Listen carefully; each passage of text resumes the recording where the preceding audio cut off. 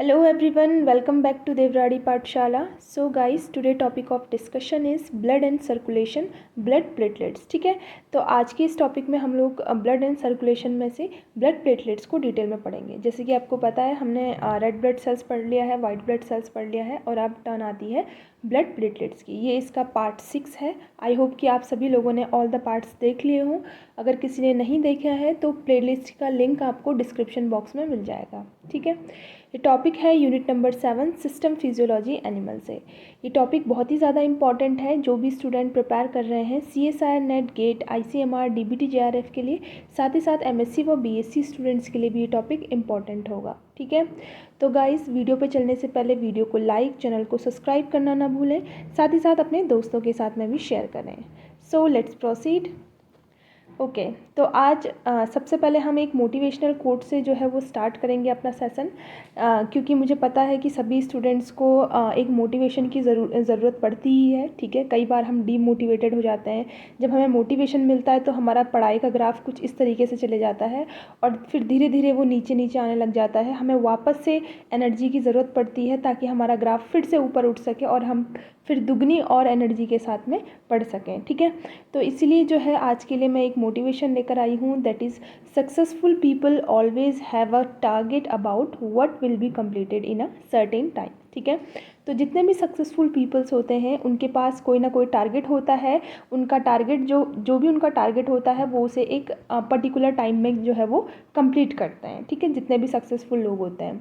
अब जैसे आप लोग पढ़ाई कर रहे हो, अभी आपको पढ़ना है, आपको एग्ज़ाम निकालना है, तो आपके भी आप सभी का भी टारगेट होता होगा, डे का टारगेट होता होगा कि मुझे आज के दिन में इतना पढ़ना है और इतना रिवाइज़ करना है। वीक का टारगेट होता होगा कि इस हफ्ते मुझे ये सारी टॉपिक्स, ये सारे यूनिट कंप्लीट करने हैं, जितना भी जो भी करना है। ठीक है, मंथ का टारगेट होता होगा कि इस मंथ में मुझे ये यूनिट पढ़नी है। ठीक है, तो डेज़, वीक, मंथ, इस तरीके से टारगेट हम जो है बनाते हैं। सबसे स्मॉलेस्ट टारगेट हमारा डे का होता है और बिगेस्ट हम मोस्ट ऑफ द टाइम हम मंथ तक का टारगेट रखते हैं। ठीक है, पढ़ाई के लिए कि कितना कितना पढ़ना है। ठीक है, अब आप उस टारगेट को कितना अचीव कर पा रहे हो। अगर आप उस टारगेट को 70% से ऊपर अचीव कर पा रहे हो, that is well and good. ठीक है, वो बहुत अच्छी बात है। ज़रूरी नहीं कि आप हर दिन जो है 100% एनर्जी के साथ में पढ़ो, ये पॉसिबल नहीं है। लेकिन आप रोज़ का एवरेज अगर 70% या 80% भी कर रहे हो तो that is more than enough. ठीक है, तो ऐसे ही आप भी अपने टारगेट्स रोज़ के अचीव करो कि मुझे आज के दिन इतना पढ़ना है, इतना रिवाइज़ करना है। ठीक है, हर हफ्ते मुझे अपना टेस्ट लेना है, एग्ज़ाम लेना है CSIR नेट का। ठीक है, ताकि और अपने मार्क्स कैलकुलेट करने हैं। ठीक है, और अपने आप में चेंज देखना है। जैसे एक मंथ में जो है 4 बार संडे आता है, तो आपने 4 बार जो है ऑन एन एवरेज आपने 4 बार एग्ज़ाम ले लिया अपना एक मंथ में। ठीक है, आपने देखा धीरे धीरे आपके मार्क्स जो है वो इंक्रीज़ कर रहे हैं। ठीक है, फिर अगले मंथ देखा तो और इंक्रीज़ कर रहे हैं। तो धीरे धीरे ग्रेजुअल चेंजेस होने की वजह से आपके मार्क्स जो है, जब आप अपना एग्ज़ाम लोगे घर पे बैठ के, तो वो इंक्रीज़ होते रहेंगे। ठीक है, तो इसी तरीके से आप अपना टारगेट बनाए रखें, रोज़ डेली टारगेट रखें पढ़ने का। ठीक है, अपने मार्क्स को इम्प्रूव करें, रीडिंग एबिलिटीज़ को इम्प्रूव करें ताकि आप और अच्छा जो है आगे कर पाओ। ठीक है, और दिसंबर तक, जब तक एग्ज़ाम होगा दिसंबर तक, तब तक आप इतने परफेक्ट और इतने प्रैक्टिस्ड हो चुके होंगे कि फिर आपको एग्ज़ाम देने में कोई डर भी नहीं लगेगा और कोई कुछ दिक्कत भी नहीं आएगी। ठीक है, तो इसलिए डेली रिवाइज़ करो, डेली पढ़ो, नए टॉपिक भी पढ़ो, रिवाइज़ भी करो, हर हफ्ते अपना एग्ज़ाम लो। ठीक है, प्रीवियस ईयर क्वेश्चंस लो, उनको 3 घंटे जैसे एग्ज़ाम हॉल में बैठते हो वैसे ही एग्ज़ाम लो। ठीक है, और फिर देखो अपने अंदर चेंजेस, तो आपको बहुत वास्ट मेजर जो है वो चेंज देखने को मिलेगा। ठीक है, सो गाइज़, आई होप आप लोगों को ये मोटिवेशन जो है वो अच्छा लगा होगा। ठीक है, तो नेक्स्ट चलते हैं, तो बढ़ते हैं आगे। तो हम लोग आज बात करेंगे कि प्लेटलेट्स के बारे में। ठीक है, तो जैसे हमारे बाकी ब्लड सेल्स हैं वैसे ही प्लेटलेट्स भी हैं, जो कि कहाँ से आती है, multipotent uncommitted haematopoietic stem cell, जो कि हिमेटोपोइटिक स्टेम सेल से आती हैं। ठीक है, जो हिमेटोपोइटिक स्टेम सेल है, जब वो डिवाइड करती है तो यहाँ पर एक इंटरमीडिएट सेल बनती है, दैट इज़ मेगा कैरियोटोसाइट। मेगा कैरियोटोसाइट से ही हमारी क्या बनता है, प्लेटलेट्स बनता है। ठीक है, प्लेटलेट्स दिखती कैसी हैं, ज़रा देखें इसका डायग्राम कि ये कैसे दिखती हैं। ठीक है, ब्लड प्लेटलेट्स, तो यहाँ पर आपको देखने को मिल रहा होगा ये वाइट ब्लड सेल्स हैं जो कि कलरलेस होती हैं। ठीक है, रेड ब्लड सेल्स आपको रेड कलर की दिखती है ड्यू टू हीमोग्लोबिन पिगमेंट, और ये रहे आपकी प्लेटलेट्स। इस तरीके से आपके प्लेटलेट्स देखने को मिलते हैं। ठीक है, जैसे यहाँ पर भी ये डायग्राम है, ये आपका क्या हो गया, प्लेटलेट्स हो गए। ठीक है, ये आपके सारे प्लेटलेट्स हो गए, ये वाइट ब्लड सेल्स हो गए, ये रेड ब्लड सेल्स हो गई, ठीक है। तो ये देखो, ये वाइट ब्लड सेल्स हैं, ये रेड ब्लड सेल्स हैं और ये प्लेटलेट्स हैं। प्लेटलेट्स के पास में इस तरीके से फिंगर लाइक प्रोजेक्शंस जो है वो उनके सरफेस पे आए रहते हैं, क्योंकि ये मूवमेंट करते हैं बहुत ज़्यादा, ठीक है। और मेजरली इनका रोल किस में होता है, ब्लड क्लॉटिंग में ये बहुत इंपॉर्टेंट रोल प्ले करते हैं, ठीक है। उसको भी हम आगे जाके पढ़ेंगे, ठीक है। तो इस तरीके का जो है वो इनका स्ट्रक्चर होता है, ठीक है। तो आई होप आप लोगों को समझ में आया होगा। तो नेक्स्ट चलते हैं, ठीक है। तो ब्लड प्लेटलेट्स को हम और भी क्या बोलते हैं, थ्रोम्बोसाइट्स भी हम इन्हें बोलते हैं, जो कि किस में प्रेजेंट होते हैं, मैमल्स में प्रेजेंट होते हैं। मैमल्स में हम इन्हें क्या बोलते हैं, थ्रोम्बोसाइट्स। और भी वर्टिब्रेट्स हैं जिनमें कि प्रेजेंट होते हैं, लेकिन हम उनको दूसरे नाम से जानते हैं, जैसे कि स्पिंडल कॉप्सल्स, ठीक है। स्पिंडल कॉप्सल्स जो है वो सेम फंक्शन परफॉर्म करता है अदर वर्टिब्रेट्स में, जैसे हमारे अंदर थ्रोम्बोसाइट्स करते हैं, ठीक है। जैसे कि फ्रॉग, अगर फ्रॉग में बोलें तो फ्रॉग में क्या होता है, स्पिंडल कॉप्सल्स प्रेजेंट होते हैं, ठीक है। साइज़ इनका कितना होता है, साइज़ अगर मैं बात करूँ, व्हाट इज़ द साइज़, तो साइज़ इनका होता है 2 to 3 माइक्रोन, ठीक है। काफ़ी छोटे होते हैं, ठीक है। स्मॉलेस्ट ब्लड कॉप्सल्स होते हैं ये, ठीक है। स्मॉलेस्ट ब्लड कॉर्प्यूसल्स, ठीक है। सबसे छोटे, यानी आरबीसी डब्ल्यूबीसी से काफ़ी छोटे जो है वो इनका साइज़ होता है, ठीक है। इनका काउंट कितना होता है, अगर मैं थ्रोम्बोसाइट्स का काउंट बताऊं, थ्रोम्बोसाइट्स का काउंट बताऊं तो कितना होता है, अराउंड 1.5 to 4.5 लाख, ठीक है। 4.5 लाख पर MM³ ठीक है। पर MM³ में अगर हम लें तो 1.5 to 4.5 लाख जो है वो थ्रोम्बोसाइट्स का काउंट होता है, ठीक है। ये ओरिजिनली जब ये ओरिजिनेट होते हैं हमारे ब्लड प्लेटलेट्स, तो ये नॉन न्यूक्लिएटेड होते हैं, ठीक है। इनका प्रोटोप्लाज्म फ्रेगमेंटेड होता है और ये डिराइव होते हैं कहाँ से, मेगाकैरेटोसाइट सेल्स ऑफ बोन मैरो। जैसे मैंने आपको बताया कहाँ से डिराइव होते हैं, मेगाकैरेटोसाइट्स, यहाँ पे देखा था मेगाकैरेटोसाइट्स, और बोन मैरो से ही डिराइव होते हैं। तो बोन मैरो में ये मेगाकैरेटोसाइट सेल्स प्रेजेंट होती हैं जहाँ से ये डिराइव होते हैं, ठीक है। और ये एक बर्ड लाइक जो है वो ग्रोथ करते हैं, ठीक है। तो ये ओरिजिनली कैसे होते हैं, नॉन न्यूक्लिएटेड होते हैं, ठीक है। इनका जो प्रोटोप्लाज्म है वो फ्रेगमेंटेड होते हैं और ये डिराइव होते हैं megakaryocyte cells of bone marrow. Bone marrow से डिराइव होते हैं जहाँ पे कि मेगाकैरेटोसाइटिक सेल्स होते हैं, ठीक है। और इनका ग्रोथ जो है वो बर्ड लाइक जो है वो ग्रोथ होता है, ठीक है। नेक्स्ट चलते हैं, शेप की अगर हम बात करें तो इनका शेप कैसा होता है, बाइकॉन्वेक्स शेप होता है, biconvex shape, oval and disc like, ठीक है।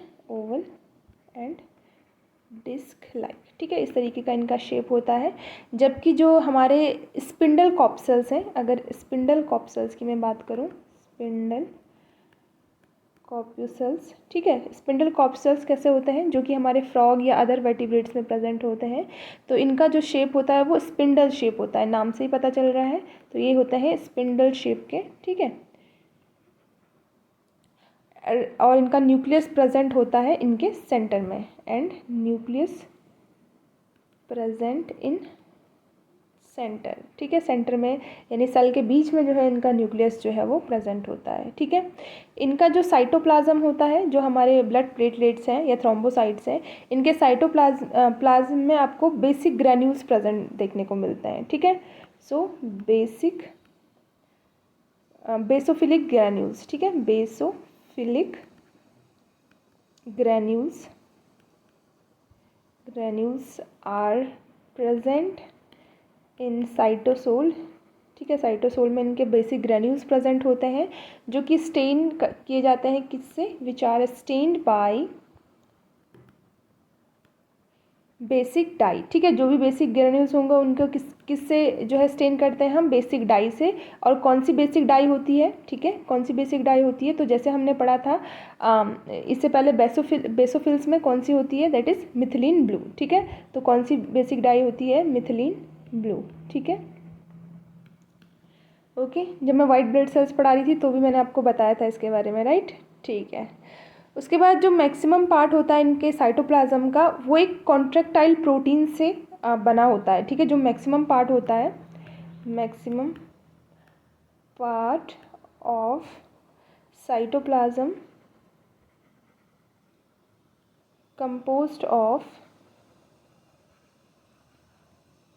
अ कॉन्ट्रैक्टाइल प्रोटीन, ठीक है। एक कॉन्ट्रैक्टाइल प्रोटीन होता है इनके साइटोप्लाज्म में, ठीक है, जो कि मोस्ट मतलब पूरे साइटोप्लाज्म में फैला हुआ होता है।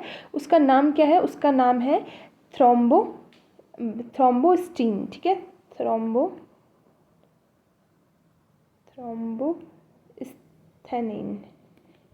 ठीक है। ये एक कॉन्ट्रैक्टाइल प्रोटीन है जिससे जो कि उसके शेप चेंज में या मूवमेंट में जो है वो मदद करता है, ठीक है। कुछ टर्मिनोलॉजी के बारे में डिस्कस कर लेते हैं, इंपॉर्टेंट टर्मिनोलॉजी के बारे में, जैसे कि आपका होता है थ्रोम्बोसाइटोपिनिया,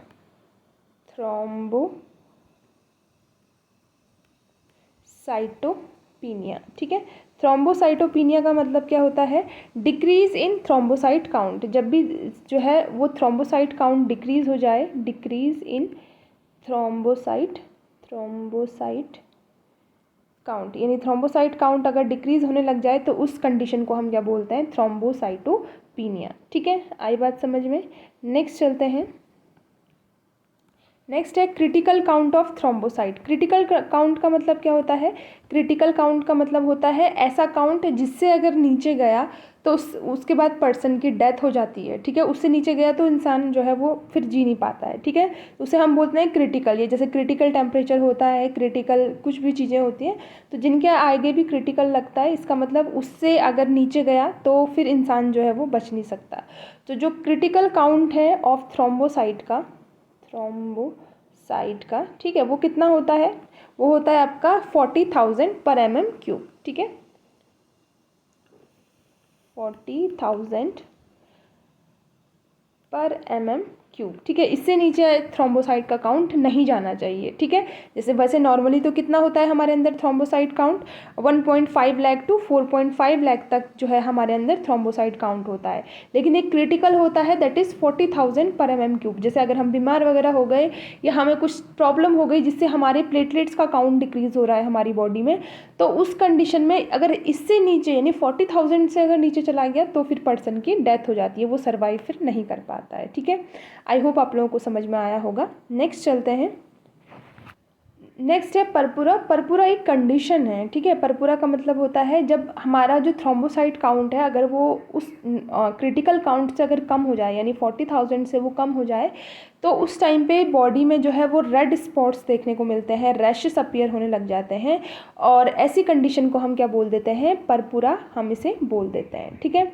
सो इफ़ ओके, तो अगर थ्रोम्बोसाइट का काउंट जो है वो बहुत ज़्यादा कम हो जाए क्रिटिकल काउंट से, ठीक है, अगर मैंने आपको बताया जैसे अगर 40,000 जो कि हमारा क्रिटिकल काउंट है जिस तक हम सर्वाइव कर सकते हैं, अगर उसके नीचे अगर जो है वो काउंट चला जाता है तो वो कंडीशन हमारी बॉडी में जो है वो रेड स्पॉट्स देखने को मिलते हैं, रैशेस देखने को मिलते हैं स्किन में, ठीक है। उसी कंडीशन को हम क्या बोलते हैं? पुरपुरा हम लोग जो है बोलते हैं, ठीक है। तो ये एक ऐसी कंडीशन है गाइस, अगर ऐसा क्यों होता है, रेड स्पॉट्स वगैरह क्यों देखने को मिलता है? क्योंकि जो आपका जो थ्रोम्बोसाइट्स हैं या ब्लड प्लेटलेट्स हैं, इनका हमारा ब्लड क्लॉटिंग में बहुत इंपॉर्टेंट रोल है, प्लेटलेट प्लग बनाने में इंपॉर्टेंट रोल है, जो कि ब्लड वेसल्स को एक मजबूती देता है, ठीक है। अगर जब हमारा ये थ्रोम्बोसाइट काउंट डिक्रीज़ हो जाता है तो उस टाइम पे हमारी ब्लड वेसल्स जो हैं वो बहुत ही कह सकते हैं एक तरीके से जो है ब्लड को जो है ठीक से ले जा नहीं पाती है, और ब्लड जो है वो लीक होना स्टार्ट हो जाता है हमारी ब्लड वेसल से, ठीक है, जो कि हमारी स्किन पे अपीयर होने लग जाता है, और हमारी स्किन पे जो है वो रेड रेड रैशेस और रेड रेड दिखना स्टार्ट हो जाता है, ठीक है। तो इसीलिए जो हमारे जो ब्लड वेसल्स हैं, अगर मैं इस तरीके से हमारी ब्लड वेसल्स बनाऊँ, जैसे ये ब्लड वेसल्स हैं, ठीक है, तो इसमें जो है इनको मजबूती देने का काम इन प्लेटलेट्स का होता है। ये एकदम प्लग बना के रखती हैं, टाइट प्लग बना के रखती हैं, ताकि ब्लड वेसल्स में जो भी ब्लड जाए तो वो कभी लीक ना करे। जैसे ब्लड जा रहा है तो वो सीधे सीधे जाए वेन से, और जहाँ उसको ज़रूरत है वहाँ वहाँ वो जाए। लेकिन जब परपुरा कंडीशन होती है, ब्लड प्लेटलेट्स का काउंट डिक्रीज़ हो जाता है, तो वो साइड साइड से जो है वो लीक करना स्टार्ट हो जाता है, जो कि हमारे स्किन पे जो है वो अपीयर होना स्टार्ट हो जाता है, ठीक है। दैट्स वाई हमारे स्किन पे जो है वो चीज़ें अपीयर होना स्टार्ट हो जाती है, ठीक है। तो इसका रोल समझ लेते हैं, रोल क्या है आखिर हमारे ब्लड प्लेटलेट्स का, ठीक है। तो इनका फंक्शंस जो है हम लोग जान लेते हैं। फंक्शन क्या क्या है, फंक्शंस, ठीक है।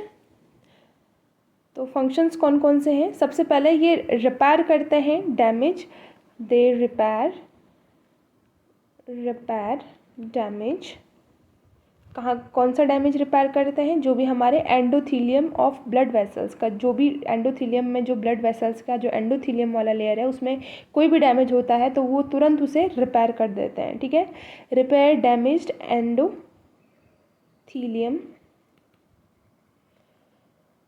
Of blood vessel